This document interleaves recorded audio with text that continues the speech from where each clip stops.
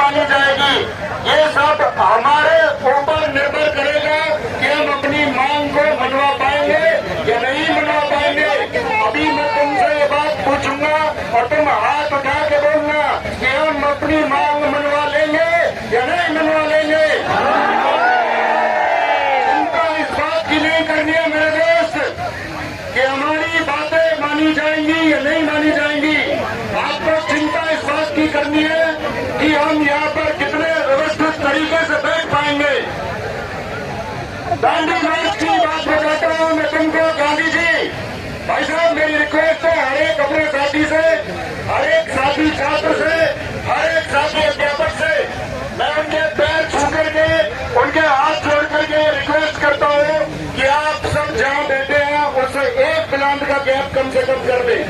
थोड़ा थोड़ा सब लोग सड़क जाएं ताकि बीच में से मूवमेंट हो सके। क्योंकि आप यहाँ 15 मिनट बैठने के लिए नहीं आए हैं, आप यहाँ आधा घंटा बैठने के लिए नहीं आए हैं। आपको हो सकता है यहाँ घंटों बैठना पड़े, हो सकता है आपको यहाँ कई दिनों तक बैठना पड़े। तो मुझे बताएं, हम बैठेंगे कि नहीं बैठेंगे?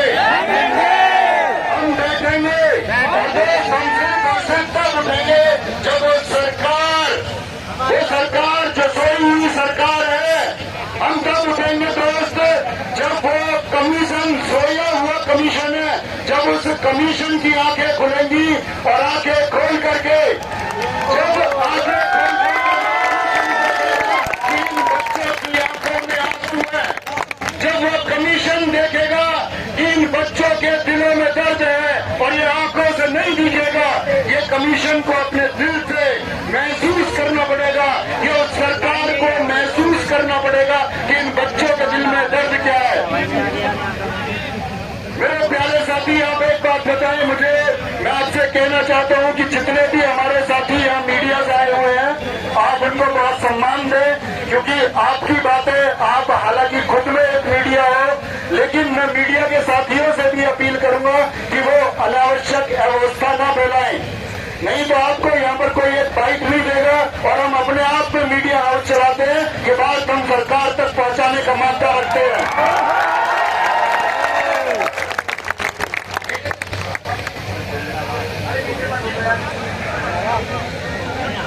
मेरे दोस्त, गांधी जी दांडी मार्च 24 दिनों की यात्रा के लिए चले। उन्होंने कहा ये ब्रिटिश सरकार तुम पर चाहे कितनी भी लाठियां बांध ले, ये ब्रिटिश सरकार चाहे हमको कितने भी घायल कर दे, हम घायल होते रहेंगे, लोग हमको उठा के घायलों को ले जाते रहेंगे, लेकिन जिस लक्ष्य के लिए हम चले उस लक्ष्य को हम पाके रहेंगे। तो मेरे दोस्त बताओ, हम पाके रहेंगे कि नहीं रहेंगे?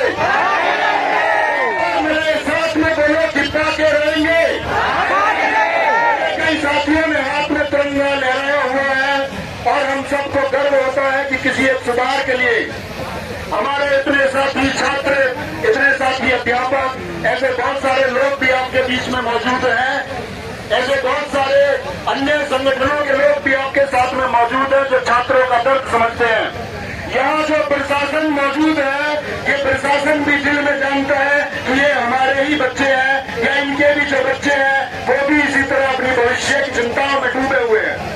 तो प्रशासन को तुम कोऑपरेट करना और तुम सोचना कि ये भी बेचारे मजबूर होंगे उस तानाशाही सरकार के आदेश पर, और इनका कोई भी एक्शन यदि होगा तो ये इस प्रशासन का एक्शन नहीं, तो सरकार का एक्शन होगा। तो मेरे दोस्त, हम डटे रहेंगे और याद रख लेना, हम घायल हो जाएंगे, हम गिर जाएंगे, हम मर जाएंगे, लेकिन दोस्त हम पीछे नहीं हटेंगे। क्या हम पीछे हट जाएंगे?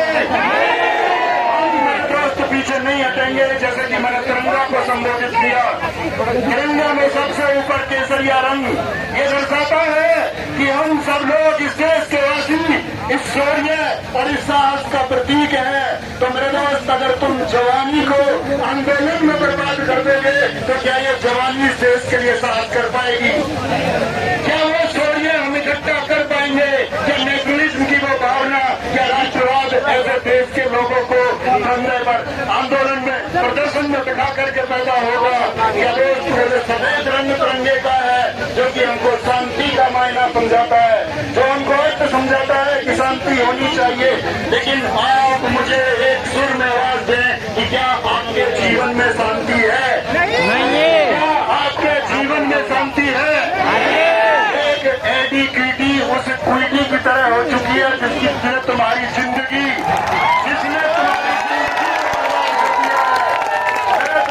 इस क्यूटी को भगाना होगा, इस क्यूटी को भगाना होगा और एक संस्कारी लानी होगी।